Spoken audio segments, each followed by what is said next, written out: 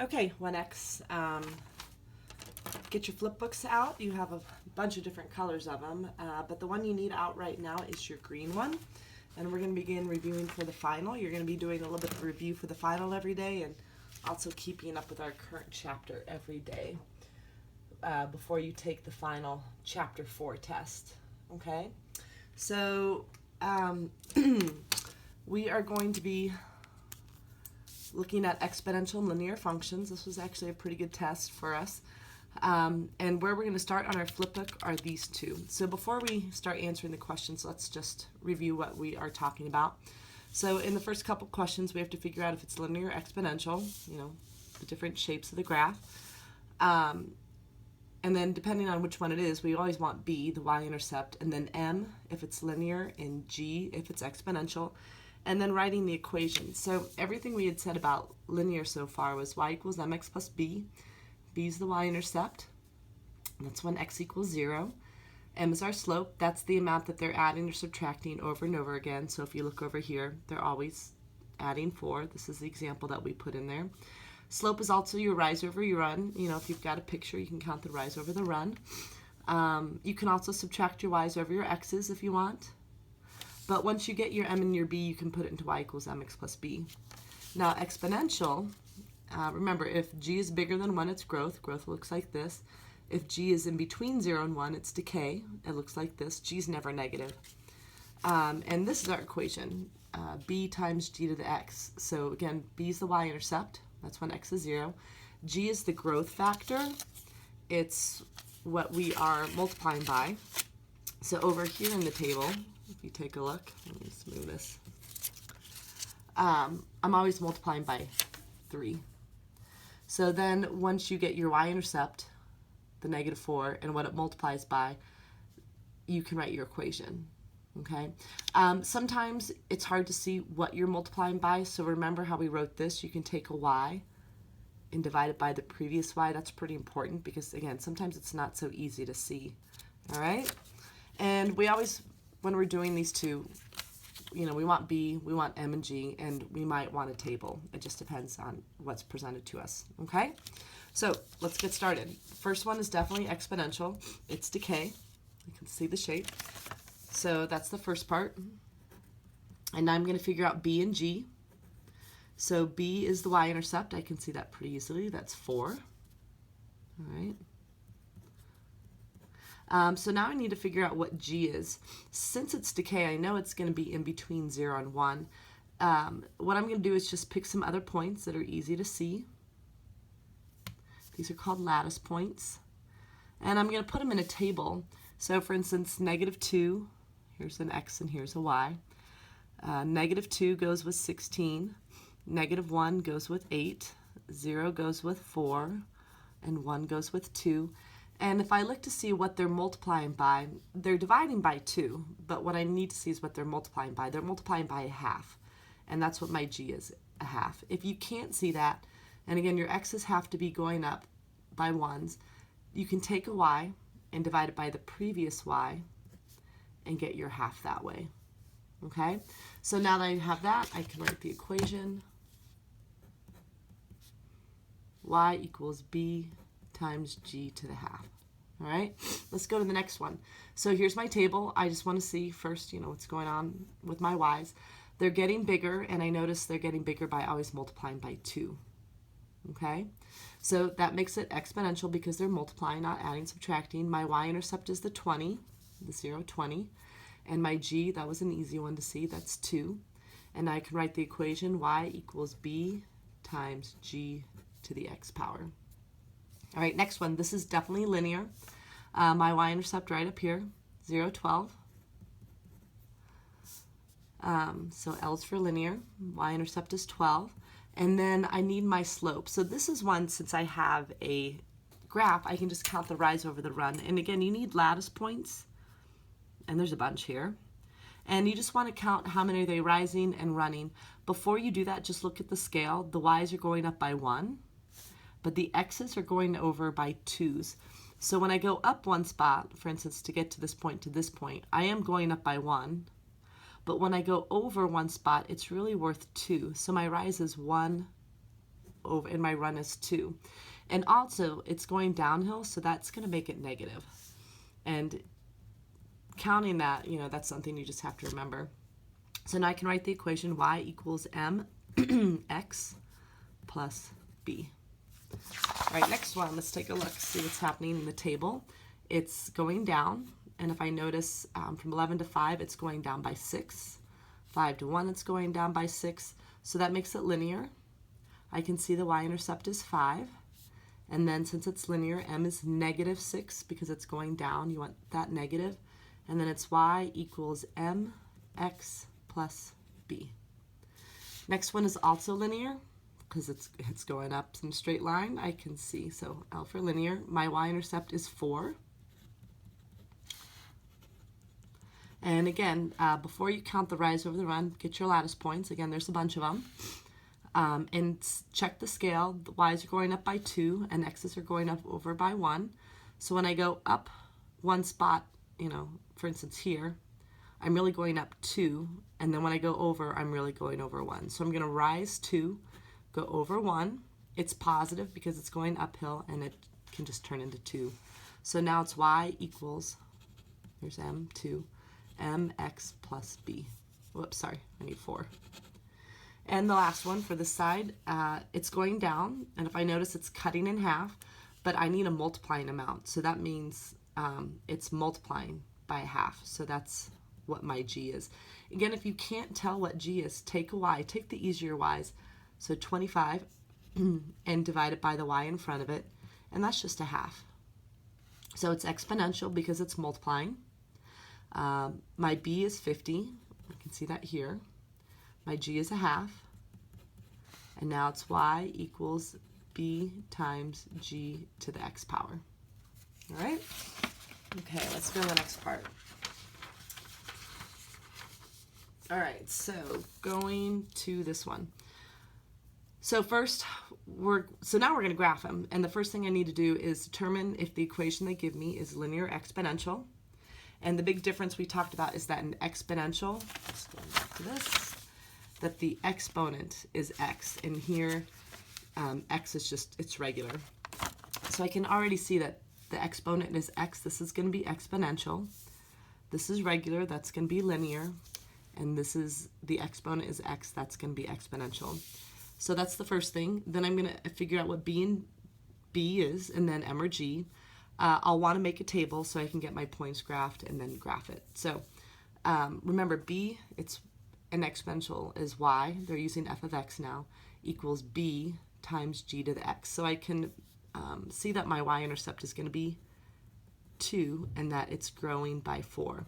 So if I make a table, and we had talked about, just looking at the table, that we're just going to stick with these numbers for x, whether we're doing linear or exponential, okay? So I'm going to start with, here's x and y. There's -1, and I'm just going to go up a few.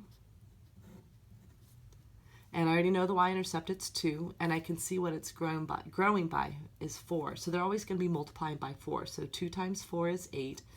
8 times 4 is 32. And then if I want to go the other way, I'm dividing by 4. So 32 divided by 4 is 8. 8 divided by 2 is 4. 2 divided by 4 is just a half. And I'll graph as many of these as I can. So I'm going to get -1 and a half. I'm going to get 0, 2. 1, 8. Let's see. Oh, and I can even get 232 on here. And the other thing it says, just show any important features. Points, we got the points. The asymptotes. That asymptote, if you remember, is a wall. An exponential always has a wall right above, that's at the x-axis. So don't just connect the points and do this shape. You need to show that it keeps going with arrows on the end and that it's flat right above the x-axis where that wall is. Okay, so this is linear. I'm going to make another table, and we're going to change this into 3, not 1/3. And I can see, so we can just start again with -1. And my y-intercept is 2. So let me put this up here. and m is the negative 3. Remember, b is by itself, m is married to x. So I'm going to begin at 2, and I'm just going to go down by 3. So 2 take away 3 is negative 1.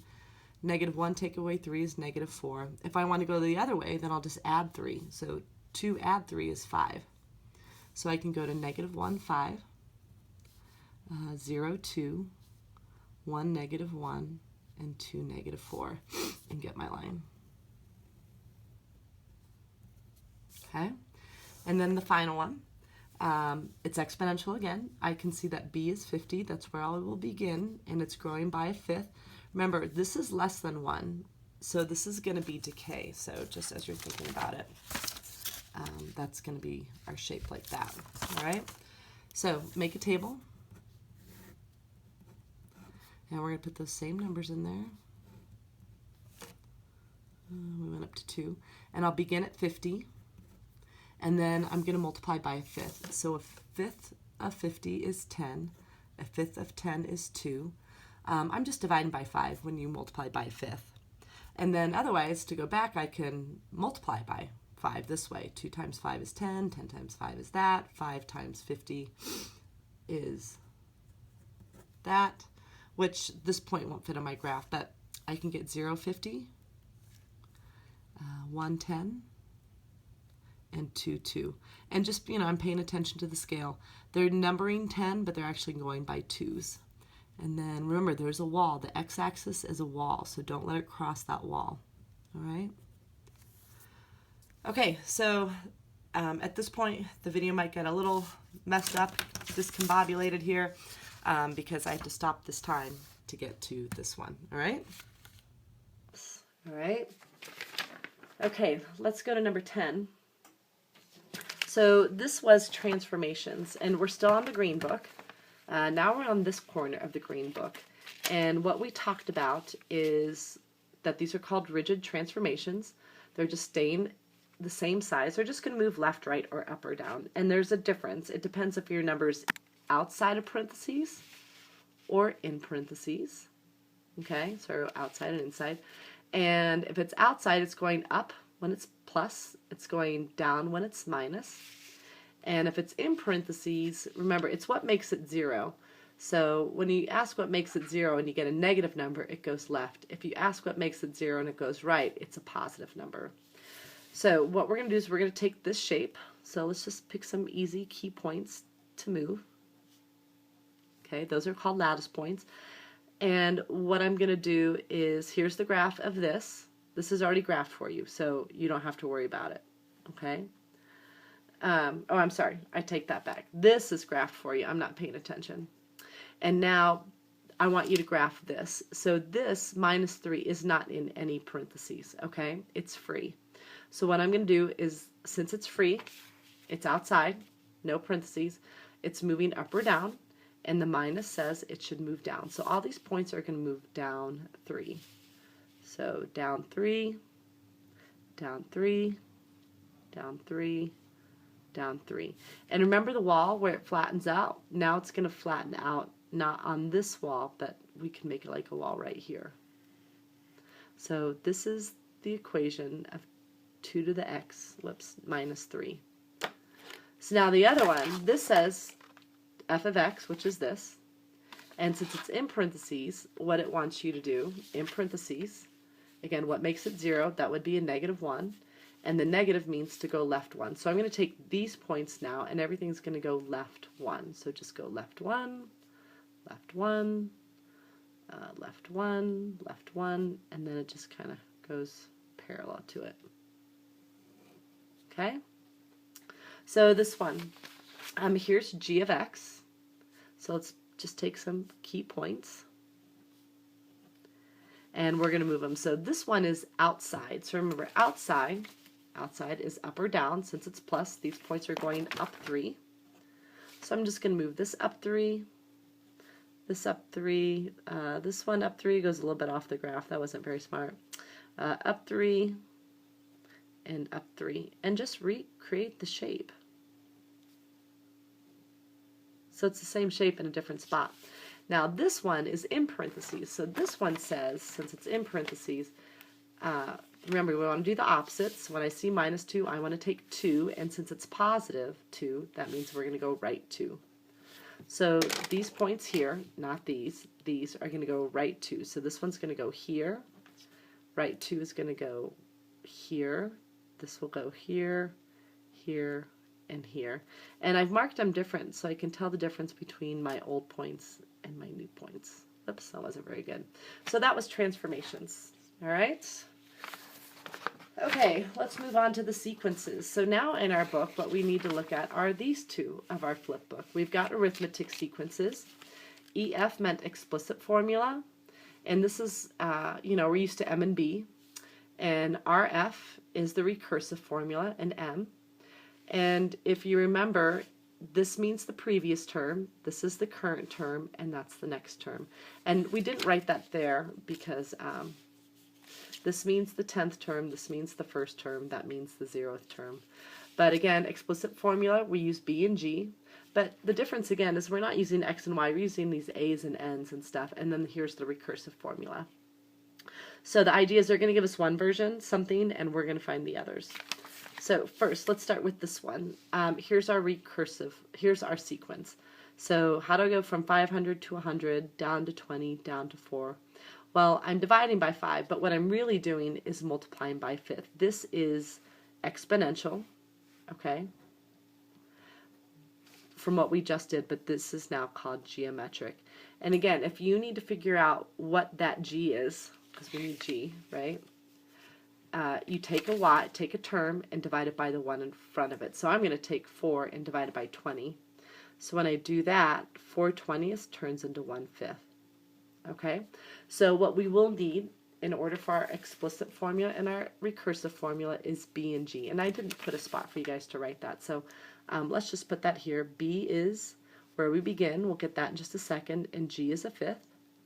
So remember, where we begin is always the 0th term, and this is the first term, the second term, the third term, the fourth term. So we actually need to backtrack one more to the 0th term. So I'm going to do that by multiplying by 5, multiply by 5, multiply by 5. So when I multiply this by 5, I get 2,500. I know that's really small. So that'll be my B. Okay, so instead of X and Y, they don't want X and Y, to write the explicit formula, remember we're in geometric, I'm going to write to find the most current term. I'm going to take B, which is now 2,500, and multiply it by G, 1/5, to the X power. And this is the explicit formula. Now the recursive formula, it just says, to find the next term. So that would just mean, what's after this one? What's after this one and the one right after it? I would write to find the next term. I'm going to take the most current term, and I'm going to multiply it by my G, which we already said was a 5th. So this is the recursive formula. And again, recursive and exponential are exactly the same. So now I'm going to look at this one. This looks linear because the variable is not the exponent. So this is linear, so I'm going to quickly figure out what B is. B by itself is -3. M married to N, not X this time, is 4. And from there I can make the sequence. So first I'll begin at -3, but I don't really need that one. That's the 0 term. What we always start with is the first term. So remember, this is just what I'm adding by. So I'm going to add 4, add 4, add 4, add 4, add 4, and that's good enough. All right, and now I'm going to use this information for the recursive formula. So again, recursive formula, open it up to find the next term. I'm going to take the most current term, and I'm going to add whatever my M is, and my M is 4, so I'm going to add 4, and there's my recursive formula. Okay? All right, next one. So here they just use K, not N, but they gave us the recursive formula. Okay? So they gave us the first term. That's what this means. That's 9. That's what I showed you here. That just means it's the first term. So what I'm actually going to do is come over to my sequence, and here's the first term. And This is exponential because there's multiplying. Notice like up here. And linear, or sorry, it's geometric or exponential because it's multiplying. Linear or arithmetic has addition. So what I'm going to do is just now take my first term, so take the most current term, which happens to be 9, and I'm going to multiply by a third. So multiply by a third and you get 3. Multiply by a third and you get 1. Multiply by a third and you get a third. Take a third of a third and you get a ninth. So again, this is the first term, the second, the third, the fourth. To write this, I actually need to backtrack one more for b. So if I'm multiplying by a third this way, that means I'm multiplying by 3 this way. See, 1 times 3 is this, 3 times 3 is that. So 9 times 3, it'll be 27. So with a little bit of work, we got b. They gave us g. And now I can write to find, there we go, and we need the explicit formula to find the most current term that I might be looking for. I'm going to take b and g to the n power. And I know they used k there, so we could have used k as well, but we didn't. Alright, so let's take a look at this one. How am I going from 10 to 6, 6 to 2? Well, this looks like subtraction. I am subtracting 4. So that's my m. It's arithmetic or linear. But I still need, that's the first term, I still need the 0 term. So they're subtracting 4 this way. That means they're adding 4 this way, and I've got 14, which happens to be the problem number. So there's b. And now I can go back to my flip book for arithmetic and my explicit formula to get any term. I can take m, -4, and this time n, not x, and I can add b, which we had to do a little bit of math and figure it out. And now the recursive formula to find just the next term, you know, what would be after -6, for instance. So to find the next term, I'm going to take the most current term that I would have, and I would add my m. So I would add -4. Alright, let's finish this up, and then we're going to call it on this one. We got a few word problems. So we got some word problems. You'll have to figure out first, is it linear or exponential? B and then m or g, and then we're going to write the equation, and then we're going to have to use that equation to answer the question. So the population of Salt Lake City was this much in 1990, and it's been growing by 8% per year. Remember, percent means that it's exponential. So we're going to use our equation to predict the population at Salt Lake City in the year 2020. So this is exponential. That's what A asks. B is the starting amount. So we know the starting amount for in 1990 was this many. And now we need G. So let's go back to our flip book here. And okay, I know I have a little bit written down. I did some messing up. I went over my time on my video. Sorry about that, guys. We're on these problems, so we're going to wrap this up. We got some word problems. We need to first decide if it's linear or exponential. That would be A's answer. Come up with B, M, or G. That will be B's answer. Write our equation for C, and then use that equation to answer D. So the population of Salt Lake City was this much in 1990, and it's been growing by about 0.8% per year. That percent automatically tells us it's exponential, if you remember that. And we're going to use that to write the population for the year 2020. So it's exponential.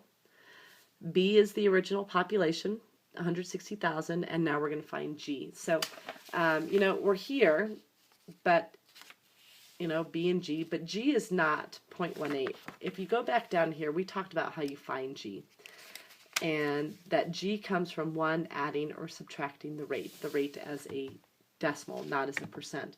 So if you take 0.18, percent means out of 100, that is the decimal we're working with.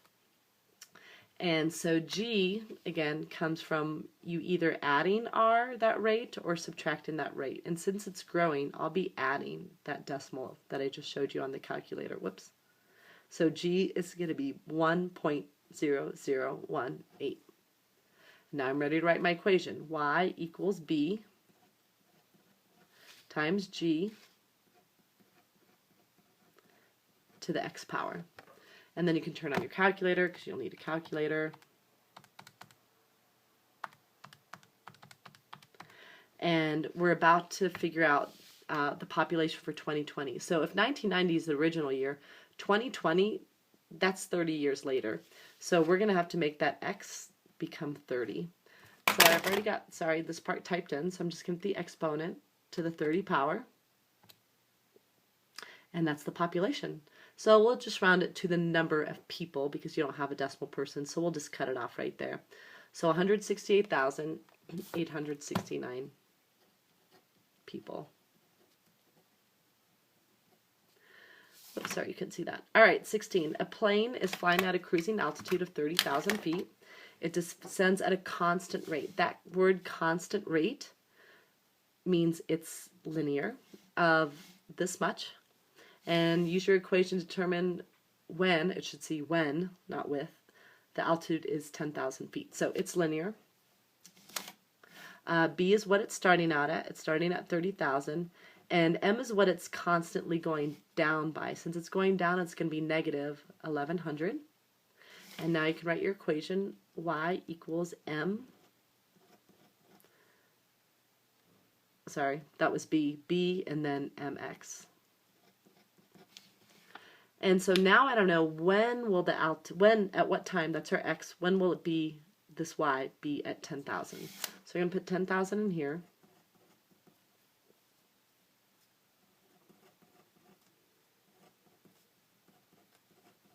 And now I've just got one x. I'm just going to subtract the 30,000 over. That's gone. I have negative 20,000 here now, equaling this. And now to get x by itself, I'm going to divide by negative 1,100, because that's multiplied. And then if you just use your calculator, which again, you will need calculators for this final, you're going to get that x is 18.18. So about 18 minutes, because this was in minutes they used earlier. Okay, let's go to our last problem. Yeah, you're going to need your graphing calculator.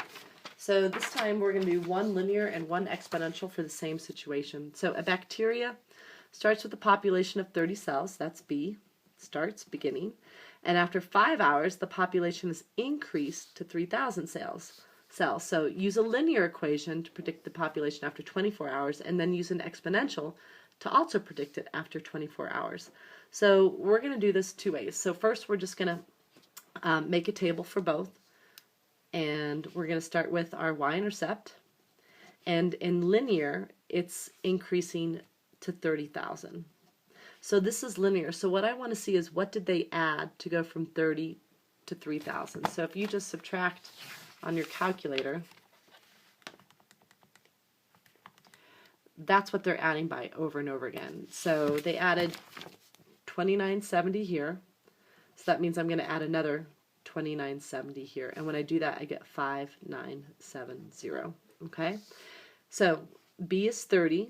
What I'm adding over and over again is 2970, and now I can write my equation y equals m x plus b.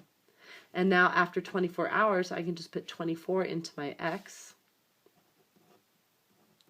and just type it into the calculator. 2970 times 24 plus 30. Show you. And that's how much I'm going to have after that time, 71,310 amounts of bacteria. So now if it's exponential and I start out with 30 and then it jumps to 3,000, what did I multiply by? And I actually multiplied by 100. Whoops, 100, not 1,000. So if I multiply that by 100, now we're at 30,000, right? 1, 2,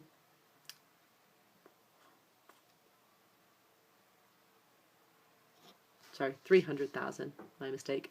So anyway, B is 30. What I multiply is by 100. And I can do y equals B times G to the x power. And now I can just put that 24 into here. Was it 24? Yeah. And this is where we're going to get a weird number. But anyway, 30 times 100 to the 24th power. Remember, this is scientific notation. This means 3e to the 49 means 3 times 10 to the 49, which means after this 3, I have 49 zeros, which I'm not doing that. Okay, so you can do a quick comparison. Exponential grows really fast. Linear does not grow as fast. It grows at a constant rate.